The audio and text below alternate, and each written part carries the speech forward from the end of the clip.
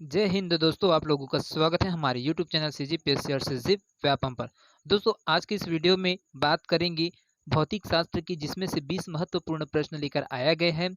यह दोस्तों आगामी भर्ती परीक्षा होने वाली है ना, 29 सितंबर को। उसके दृष्टिकोण से बहुत ही ज़्यादा महत्वपूर्ण है, क्योंकि जो लैब टेक्नीशियन के एग्जाम है HELT 2024, वो 29 तारीख को होने वाला है। तो इसके बीच में हम जो कुछ कुछ महत्वपूर्ण MCQs हैं, जो मैं लगातार आप लोगों के लिए है जो क्लासेस है वो ला रहा हूँ। आज का जो टॉपिक है वो रहेगा 12th का, है ना, स्थिर वैद्युत विभव तथा धारिता। इस वाले टॉपिक से है मैं 20 महत्वपूर्ण क्वेश्चन है वो आप लोगों के बीच में लाऊंगा, है ना। तो इसको देखिएगा और आप लोग इस जितने भी मैं क्वेश्चन बता रहा हूँ दोस्तों, उसको आप लोग सॉल्व जरूर करिएगा, क्योंकि ये ऐसे क्वेश्चन है दोस्तों जो लगातार एग्जामों में है वो पूछे जाते हैं। और इसमें से जो बुक से लाया हूँ दोस्तों, 12th का जो बुक है ना, उसमें से लाया हूँ। तो ये डायरेक्ट डायरेक्ट दोस्तों क्वेश्चन आपको देखने को मिलेगा। FDLT का जो एग्जाम हुआ था 25 अगस्त को, है ना, उसमें भी यहाँ से दोस्तों जो डायरेक्ट क्वेश्चन है वो MCQ वाला भाग उसे लिया गया था। तो इसका यही पर्पस है कि जितने भी मैं क्वेश्चन ला रहा हूँ उसको आप लोग सॉल्व करिएगा, क्योंकि मेरे पास थोड़ा सा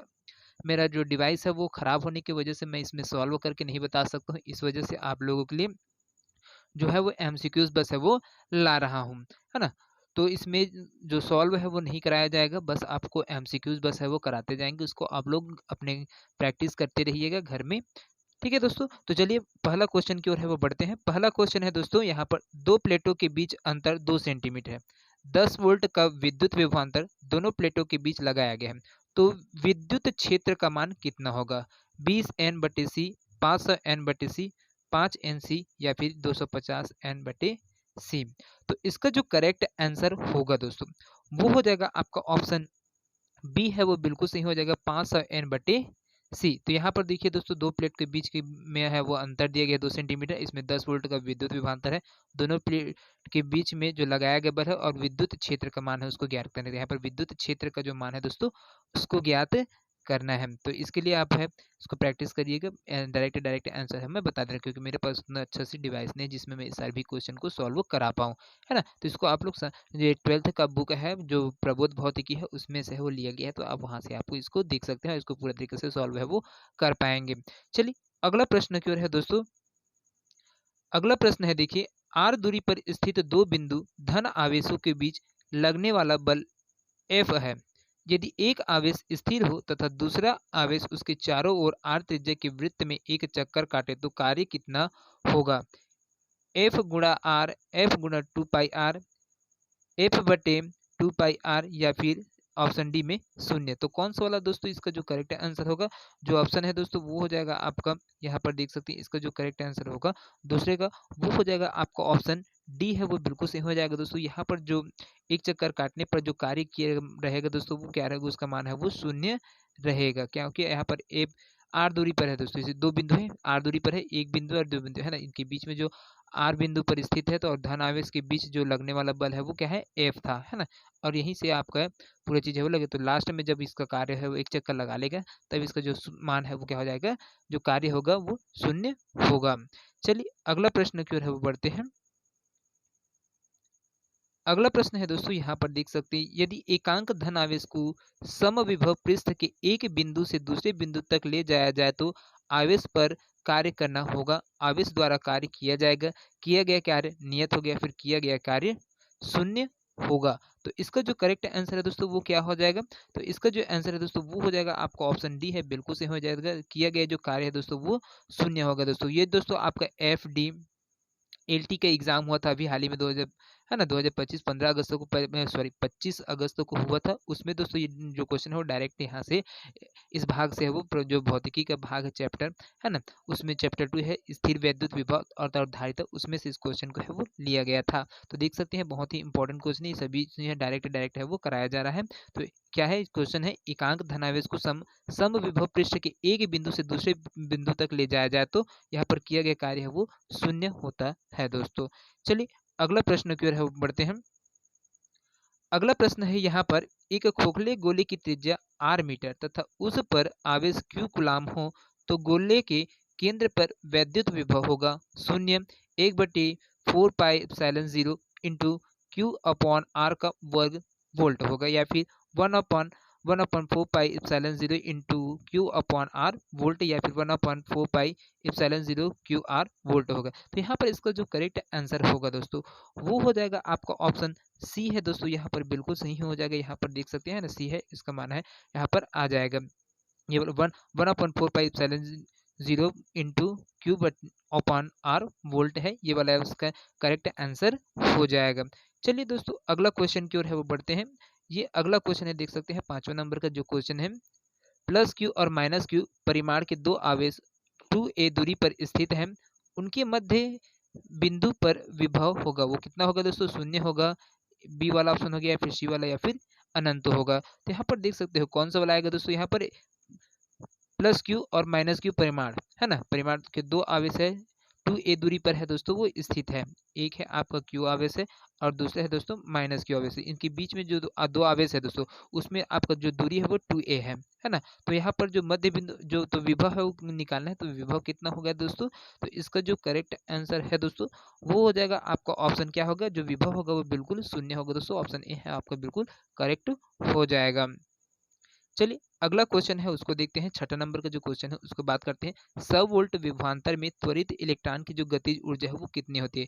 1.6 गुणा 10 घात माइनस 17 जूल, 1.6 गुणा 10 घात 21 जूल, 1.6 गुणा 10 घात माइनस 29 जूल, या फिर 1.6 गुणा 10 घात माइनस 34 जूल। तो यहाँ पर जो त्वरित इलेक्ट्रॉन की जो गतिज ऊर्जा है दोस्तों वो होता कितना है?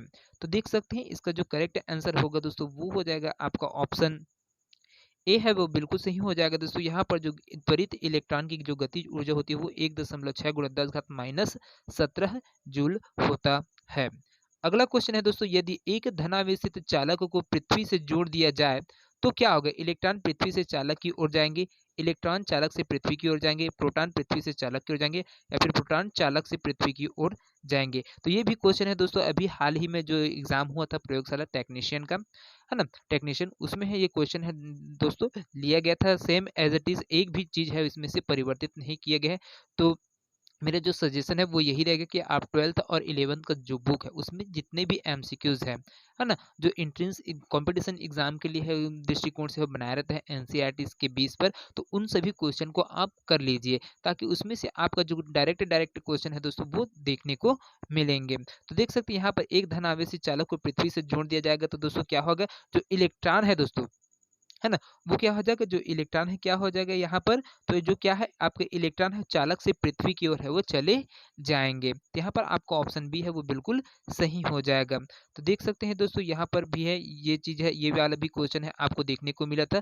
समविभव पृष्ठ और विद्युत बल रेखाओं के बीच जो कोण होता है वो 0 डिग्री, 180 डिग्री, 90 डिग्री या फिर 45 डिग्री का होता है। ये वाला भी क्वेश्चन है दोस्तों इसमें आया था, तो इसको भी आप बता सकते हैं। जो असिस्टेंट हुआ था ना, फर्स्ट पेपर हुआ था उसमें, एफडीएलटी का फर्स्ट पेपर है तो उसमें भी ये वाला क्वेश्चन भी है दोस्तों, इसमें से पूछा गया था। मतलब जो समविभव पृष्ठ और विद्युत बल रेखाओं के बीच जो कोण बनता है वो कितने डिग्री का बनता है, एंगल का बनता है करके। तो इसका जो करेक्ट आंसर होगा दोस्तों वो हो जाएगा आपका ऑप्शन सी है, वो बिल्कुल सही हो जाएगा, 90 डिग्री का है वो बनता है।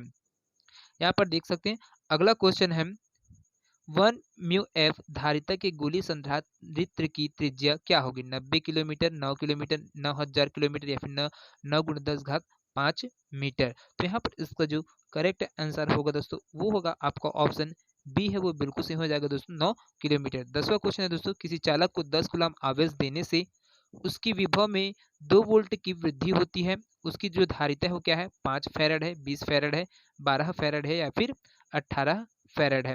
तो इसका जो करेक्ट आंसर है दोस्तों वो हो जाएगा आपका ऑप्शन ए है, वो बिल्कुल सही हो जाएगा दोस्तों। यहाँ पर है ना आपका ऑप्शन ए है बिल्कुल सही हो जाएगा। किसी चालक को 10 कूलम आवेश देने से उसके जो विभव में 2 वोल्ट की वृद्धि होती है तो उसकी जो धारिता होगी दोस्तों वो 5 फैराड हो जाएगा। चलिए अगला क्वेश्चन की ओर है वो बढ़ते हैं। अगला क्वेश्चन है, धारित संधारित्र वह उपकरण है जो विद्युत धारा उत्पन्न कर सकता है, जिसमें सरल धारा प्रवाहित हो सकती है, जिसमें विद्युत ऊर्जा एकत्रित की जा सकती है, फिर जो प्रत्यावर्ती धारा को सरल धारा में बदल सकते हैं। तो संधारित्र क्या है दोस्तों, कौन सा उपकरण? ये वाला क्वेश्चन भी दोस्तों आपको उसमें एग्जाम में है वो जो एफडीएलटी एग्जाम हुआ तो उसमें आपको देखने को मिला था। ये वाला भी जो क्वेश्चन है उसको पूछा ही गया था। तो देख सकते हैं एक ही चैप्टर से दोस्तों 3 से 4 क्वेश्चन आपको देखने को मिल रहा है ना, तो इसको अच्छे से कर लीजिएगा। तो इसका जो करेक्ट आंसर होगा दोस्तों वो हो जाएगा आपका ऑप्शन सी है वो बिल्कुल सही हो जाएगा, जिसमें विद्युत ऊर्जा एकत्रित की जा सकती है वो वही क्या कहता है आपका संधारित्र, वही उपकरण कहलाता है। तो संधारित्र क्या है दोस्तों, जिसमें विद्युत ऊर्जा एकत्रित किया जा सकता है। चलिए अगला क्वेश्चन की ओर है वो बढ़ते हैं। अगला क्वेश्चन है दोस्तों, धारिता C1 और C2 के धातु के दो गोलों पर कुछ आवेश है, उनके संपर्क में रखकर फिर अलग कर दिया जाता है। उन पर अंतिम आवेश Q1 तथा Q2 निम्नलिखित संबंध को वो संतुष्ट करेंगे। Q1 बटे Q2, C1 बटे C2, Q1 बटे Q2 बराबर C1 बराबर बटे C2, या फिर यहाँ पर Q1 बटे Q2 ग्रेटर देन C1 बटे C2, या फिर दिया है डी ऑप्शन में दिया है Q1 बटे Q2 बराबर C2 बटे C1। तो इसका जो करेक्ट आंसर है दोस्तों वो कौन सा होगा, तो इसका जो करेक्ट आंसर है दोस्तों वो हो जाएगा आपका ऑप्शन बी है, वो बिल्कुल सही हो जाएगा। तो यहाँ पर Q1 और Q2 है, दोनों के बीच में जो संबंध होगा दोस्तों वो Q1 बराबर बटे Q1 बटे Q2 बराबर C1 बटे C2 है वो आएगा। चलिए अगला क्वेश्चन की ओर है वो बढ़ते हैं। अगला क्वेश्चन है, दो संधारित्रों की श्रेणी क्रम में जोड़ने पर जो प्रत्येक संधारित्र पर है वो समान आवेश आता है, विभव होता है, आवेश एवं विभव दोनों होते हैं, फिर ना आवेश ना विभव होता है। तो जब क्या होगा दोस्तों, यहाँ पर दो संधारित्र उसको श्रेणी क्रम में जोड़ेंगे तो प्रत्येक संधारित्र पर जो होगा दोस्तों वो क्या होगा, तो यहाँ पर दोस्तों जो आवेश है वो समान रूप से है वो आएगा, है ना, समान रूप से है वो होगा, आवेश है वो समान होगा। 14 नंबर का क्वेश्चन है दोस्तों, विद्युत धारिता का एसआई मात्रक क्या है, स्थित फेराड है, कूलाम है, या फिर स्थित कूलाम है। तो कौन सा है दोस्तों विद्युत धारिता का एसआई मात्रक है दोस्तों, वो क्या होता है। तो इसका जो करेक्ट आंसर होगा दोस्तों वो हो जाएगा आपका ऑप्शन बी है, वो बिल्कुल सही हो जाएगा। विद्युत धारिता का जो एसआई मात्रक होता है वो फेराड कहलाता है। अगला क्वेश्चन है दोस्तों, C1 और C2 धारिता के दो संधारित्र समांतर क्रम में जोड़े गए हैं, यदि इस संयोजन को आवेश दिया जाए तो C1 और C2 में आवेशों का अनुपात है वो कितना होगा दोस्तों। तो यहाँ पर देख सकते हैं जो अनुपात है वो भी पूछा गया दोस्तों। C1 और C2 है, दोनों संधारित्र में समांतर क्रम में जोड़ा गया, तो इसका जो है ना C2 में आवेशों का जो अनुपात है, C1 और C2 में आवेश का अनुपात पूछा गया तो वो कितना होगा, C1 अनुपात C2, C2 अनुपात C1, या फिर C1 अनुपात C2 अनुपात C1, या फिर 1/C1 इंटू C2 है। तो यहाँ पर कौन सा वाला जो ऑप्शन है दोस्तों वो हो जाएगा 15 नंबर का जो क्वेश्चन है उसका जो करेक्ट आंसर होगा दोस्तों वो हो जाएगा आपका C1 अनुपात C2 है, ये हो जाएगा। चलिए अगला क्वेश्चन की ओर है वो बढ़ते हैं। तो देख सकते हैं दोस्तों यहाँ पर क्या है, एक समांतर प्लेट संधारित्र को आवेशित करने के बाद प्लेटों के बीच की दूरी बढ़ा दी जाती है, प्लेटों के विभवांतर में क्या परिवर्तन होगा, कुछ नहीं होगा, बढ़ेगा, घटेगा, या फिर शून्य हो जाएगा। तो यहाँ पर इसका जो करेक्ट आंसर होगा दोस्तों वो हो जाएगा आपका ऑप्शन बी है, वो बिल्कुल सही हो जाएगा दोस्तों। यहाँ पर क्या है, एक समांतर प्लेट है, उसमें संधारित्र को आवेशित करने के बाद उसको दोनों प्लेट के बीच की दूरी है दोस्तों, उसको जैसे ही बढ़ाते जाएंगे तो प्लेटों के बीच में जो विभवांतर है दोस्तों उसका क्या होगा, वो परिवर्तन होगा और वो बढ़ते हुए चले, विभवांतर है वो बढ़ते हुए चले जाएगा दोस्तों। तो आपका ऑप्शन बी है वो बिल्कुल सही हो जाएगा दोस्तों। इसमें से दोस्तों आपको एक क्वेश्चन है तो बिल्कुल देखने को मिलेंगे ही मिलेंगे। अगला क्वेश्चन है, एक संधारित्र को बैटरी से जुड़ा रखकर उसकी प्लेटों के बीच परावैद्युत पट्टिका रखी जाती है, तो इस प्रक्रिया में कोई कार्य नहीं किया जाता है, पट्टिका रखने से पूर्व संधारित्र में संचित ऊर्जा का उपयोग इस कार्य में किया जाता है, बैटरी की ऊर्जा का उपयोग इस कार्य में किया जाता है, फिर बैटरी और संधारित्र दोनों ही की ऊर्जा का उपयोग इस कार्य में किया जाता है। तो कौन सा वाला जो आंसर है दोस्तों वो बिल्कुल करेक्ट होगा। तो यहाँ पर इसका जो करेक्ट आंसर है दोस्तों वो हो जाएगा आपका ऑप्शन ए है, बिल्कुल सही हो जाएगा, कोई कार्य नहीं किया जाता है ना। चलिए अगला प्रश्न की ओर है वो बढ़ते हैं। अगला प्रश्न है दोस्तों 18वां नंबर का क्वेश्चन है, दो चालक आवेशित गोले जिन पर आवेश की भिन्न भिन्न मात्राएं हैं तार द्वारा परस्पर संबंधित कर दिए जाते हैं, तो इसमें गोलों की संख्या कुल ऊर्जा संरक्षित रहती है, कुल आवेश संरक्षित रहता है, या फिर ऊर्जा और आवेश दोनों ही संरक्षित रहती है, या फिर कोई भी संरक्षित नहीं होगा। तो यहाँ पर दोस्तों इसका जो करेक्ट आंसर है दोस्तों वो हो जाएगा आपका ऑप्शन बी है दोस्तों, वो बिल्कुल सही हो जाएगा, कुल आवेश है वो संरक्षित रहता है। चलिए अगला क्वेश्चन की ओर है वो बढ़ते हैं। अगला क्वेश्चन है, C1 और C2 धारिता वाले दो गोलीय चालकों को क्रमशः V1 और V2 विभव तक आवेशित करके इन्हें एक चालक तार द्वारा जोड़ दिया जाता है, तो उसका जो उभयनिष्ठ विभव होगा दोस्तों वो कौन सा वाला होगा, C1 प्लस C2 बटे V1 प्लस V2 बी में दिया है C1V1 प्लस C2V2 बटे C1 प्लस C2, और सी में दिया है दोस्तों C1V1 प्लस C2V2 बटे C1 प्लस C2, और डी में दिया है दोस्तों V1 प्लस V2 बटे C1 प्लस C2। तो यहाँ पर कौन सा वाला है दोस्तों जो करेक्ट आंसर होगा, यहाँ पर जो उभयनिष्ठ विभव है ना, वो क्या होगा? तो इसका जो करेक्ट आंसर है दोस्तों वो हो जाएगा आपका ऑप्शन बी है, वो बिल्कुल सही हो जाएगा C1V1 प्लस C2V2 बटे C1 प्लस C2। चलिए अगला प्रश्न है दोस्तों, यहाँ पर देख सकते हैं। अगला प्रश्न है, समांतर प्लेट संधारित्र में विद्युत क्षेत्र के रूप में जो ऊर्जा है वो संचित रहती है, किसमें रहता है? धनात्मक प्लेट में, ऋणात्मक प्लेट में, दो प्लेटों के बीच परावैद्युतांक माध्यम, या फिर इनमें से कोई। तो कहाँ पर है दोस्तों, यहाँ पर जो समांतर प्लेट संधारित्र उसमें जो विद्युत क्षेत्र है वो यहाँ पर संचित रहता है। तो इसका जो करेक्ट आंसर है दोस्तों वो हो जाएगा आपको ऑप्शन सी है, बिल्कुल सही हो जाएगा दोस्तों। दोनों प्लेटों के बीच जो परावैद्युतांक माध्यम है वहां पर ऊर्जा है वो, एनर्जी है वो संचित रहता है, स्टोर होके रहते हैं। चलिए अगला क्वेश्चन है, यहाँ पर देख सकते हैं आप। समान धारिता के दो संधारित्र पहले समांतर क्रम में तथा फिर श्रेणी क्रम में जोड़े जाते हैं। दोनों स्थितियों में परिणामी धारिता का जो अनुपात होगा वो क्या होगा दोस्तों? 2:1 होगा, 1:2 होगा, 4:1 हो गया, फिर 1:4 होगा। तो देख सकते हैं दोस्तों यहाँ पर भी ये क्वेश्चन है वो आपसे एफडीएलटी के एग्जाम हो तो उसमें भी है वो पूछा गया था।